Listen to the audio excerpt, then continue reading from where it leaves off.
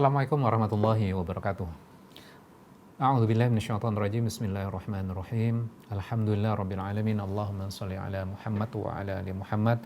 Rabbana zalamna anfusana wa illam taghfir lana wa tarhamna lanakunanna minal khasirin. Rabbi shrah li sadri wa yassir li amri wahlul 'uqdatam min lisani yafqahu qawli. Amin amin ya rabbal alamin. Hari ini kita lanjutkan kembali kajian kita di surat Yasin. Kalau tidak salah kita terakhir sampai ayat 62. Hari ini kita akan belajar ke ayat 63 sampai ayat 68 insyaallah. A'udzubillahi minasyaitonirrajim. Bismillahirrahmanirrahim. Hadhihi jahannamul lati kuntum tu'adun. Jadi Allah mengatakan ini adalah neraka jahanam yang kalian sudah diancam dengannya. Oke. Kalau kita lihat bagian kelompok sebelumnya, sebelum bercerita tentang kelompok yang kelima ini, tentang orang-orang yang dihukum dan orang-orang yang mendapatkan hadiah, bagian sebelumnya bercerita tentang orang-orang yang menolak untuk berpikir. Kemudian mereka mengatakan bahwa mana buktinya kalau kalian benar-benar orang yang benar. Mereka minta dibuktikan tentang hari kiamat gitu loh. Menantang siapa? Kepada orang-orang yang melakukan dakwah. Mana kiamat itu? Mana kiamat itu?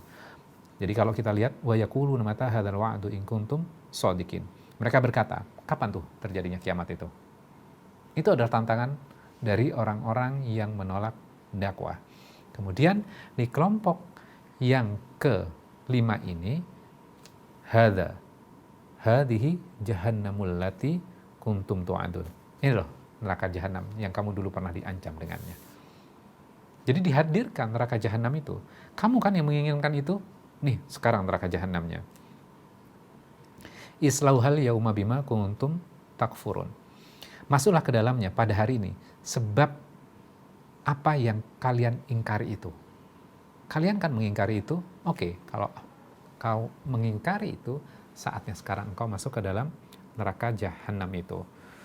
Jadi, kalau kita lihat dengan ayat sebelumnya, afalam takunu ta'qilun gitu loh.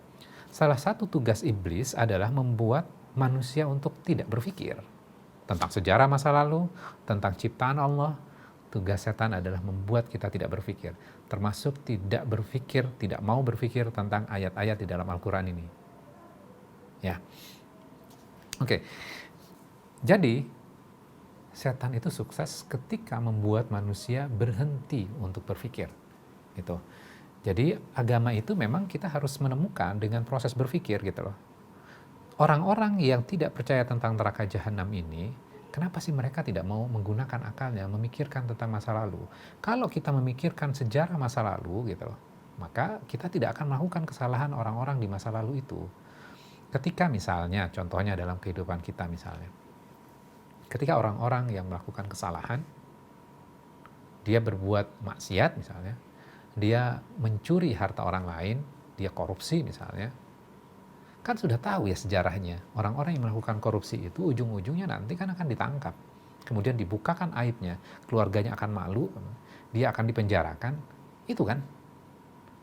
Namun, kenapa kok dia melakukan hal yang sama dengan mengambil hak orang lain, mengambil hak rakyatnya, karena dia tidak mau berpikir. Berpikir tentang apa? Ya sejarah orang-orang yang sudah melakukan itu gitu loh. Jadi ketika dia melakukan itu gitu loh, maka sesungguhnya dia tidak mau berpikir gitu loh. Siapa yang menghembuskan itu? Setan yang menghembuskan itu. Ketika kita mengikuti hembusan setan itu, maka berarti kita menyembah apa? Menyembah setan gitu loh. Jadi jangan bayangkan, wah saya kan masih sholat. Bahkan dengan uang hasil korupsinya, dia pergi haji. Dia pergi umroh. Itu hal yang kontradiktif gitu loh. Jadi dia menutupi kesalahannya gitu loh dengan melakukan kebaikan, kemudian balik lagi melakukan kesalahan kembali gitu loh. Bukan seperti itu gitu loh.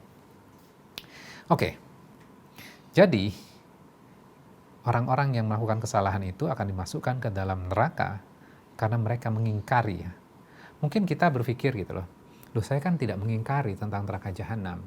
Namun ada bagian yang lain.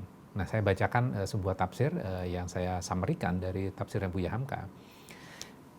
Ketika hawa nafsu mengalahkan ingatan kita akan azab neraka, maka itu masuk definisi kita ingkar terhadap neraka itu.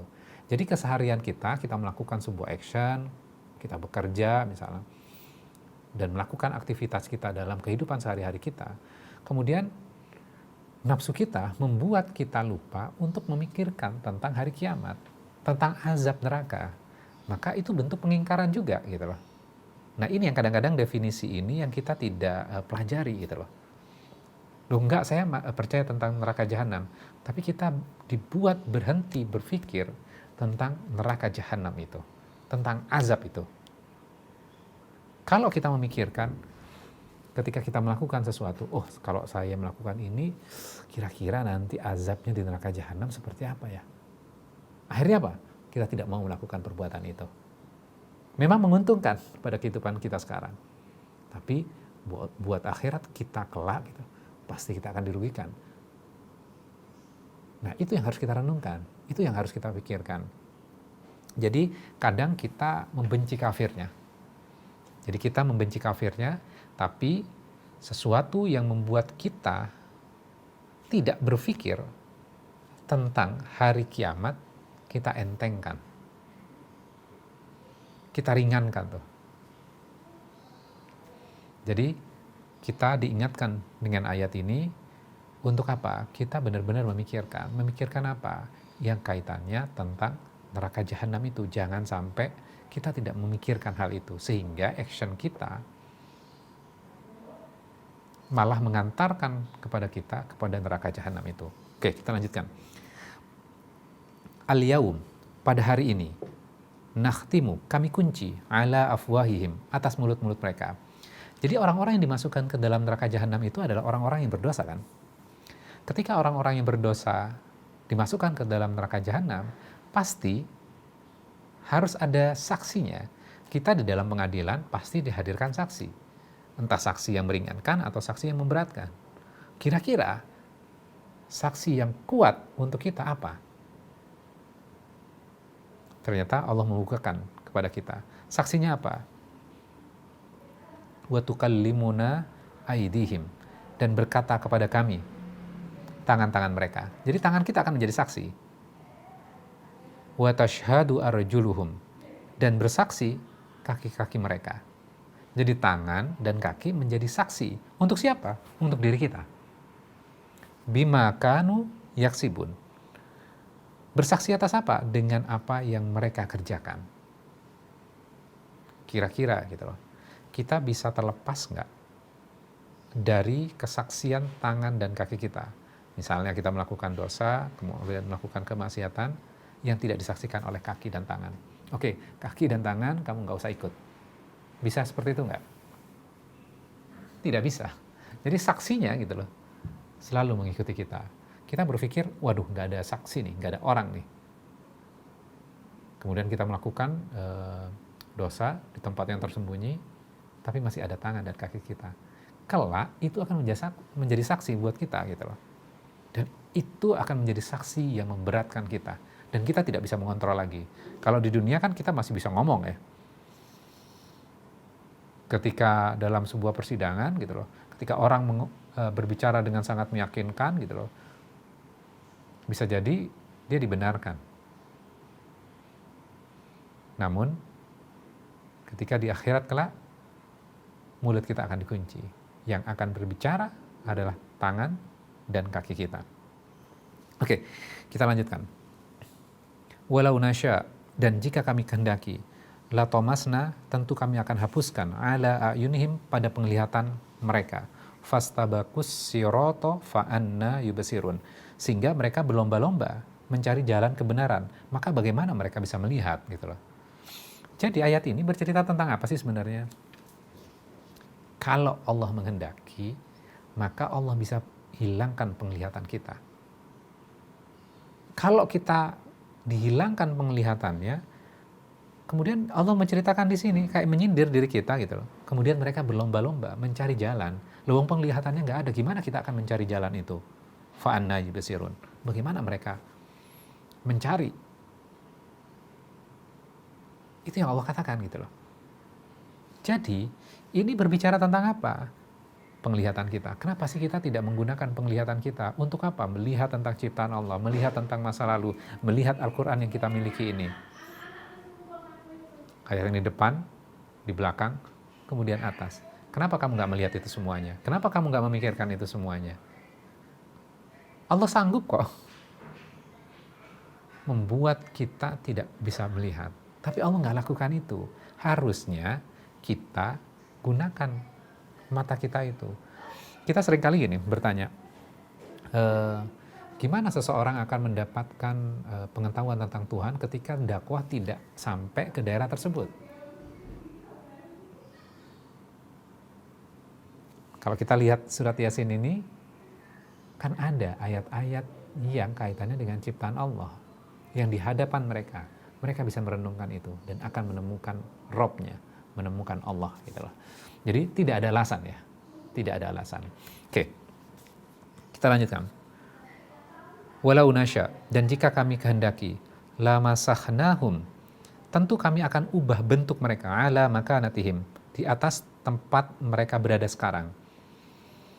Famastata'u, maka mereka tidak sanggup lagi, mudiyan, berjalan, wala yarji'un, dan mereka tidak bisa kembali ke belakang, tidak bisa berjalan ke depan, tidak bisa berjalan ke belakang, tidak bisa kembali. Jadi di sini dirubah bentuknya. Apa yang Allah akan ubah bentuk kita? Ya Allah bisa ubah bentuk tubuh kita gitu. Allah bisa ubah jantung kita yang tadinya sehat menjadi sakit. Bisa Allah lakukan nggak? Sangat bisa sekali. Tanpa harus menunggu hari kiamat gitu loh. Dan kita bisa saksikan ya, orang-orang yang tadinya kemarin sehat, sekarang sakit. Yang tadinya dia sehat walafiat, bisa beraktivitas, malamnya umurnya sudah tidak ada. Maka tidak bisa berjalan ke depan dan ke belakang. Ini loh yang kita harus pelajari. Allah mengingatkan dalam surat Yasin ini, Allah sanggup melakukan itu semuanya gitu loh. Sehingga apa? Ketika tubuh kita masih sehat, maka harusnya kita gunakan untuk apa? Melakukan amal gitu loh. Kalau kita berpikirnya, wah nanti saja ketika tua gitu loh. Beda gitu loh. Ketika kita haji, ketika muda sama tua, beda gitu loh. Ketika muda, kita bisa beraktivitas banyak. Karena haji itu perjalanan fisik gitu loh. Ibadah kaitannya dengan fisik. Maka ketika muda kita lakukan. Jadi jangan menunggu tua dulu gitu loh. Jadi Allah bisa mengubah segala kesehatan kita, ginjal kita, paru-paru kita gitu loh. Maka kita benar-benar harus bisa menggunakan apapun yang Allah berikan kepada kita untuk sesuatu yang baik. Oke, kita lanjutkan kembali. Wa man nu'ammirhu nunakkisu fil khalq afala ya'qilun. Dan barang siapa yang kami panjangkan umurnya, niscaya kami kembalikan dia kepada awal kejadiannya. Maka afala ya'qilun, maka apakah mereka tidak mengerti? Berarti apa? Untuk berpikir lagi. Sebelumnya Allah menceritakan akan bisa mengubah bentuk kita. Kemudian di ayat ini Allah sudah ubah bentuk kita. Jika dipanjangkan umurnya gitu loh. Jadi kalau kita ulang tahun kan panjang umurnya. Ketika Allah panjangkan umur kita, maka ketika kita sampai di usia yang tua, maka Allah kembalikan seperti bentuk awal, seperti kanak-kanak lagi gitu loh. Suka pelupa, suka ngompol, itu kan anak-anak ya. Allah kembalikan itu.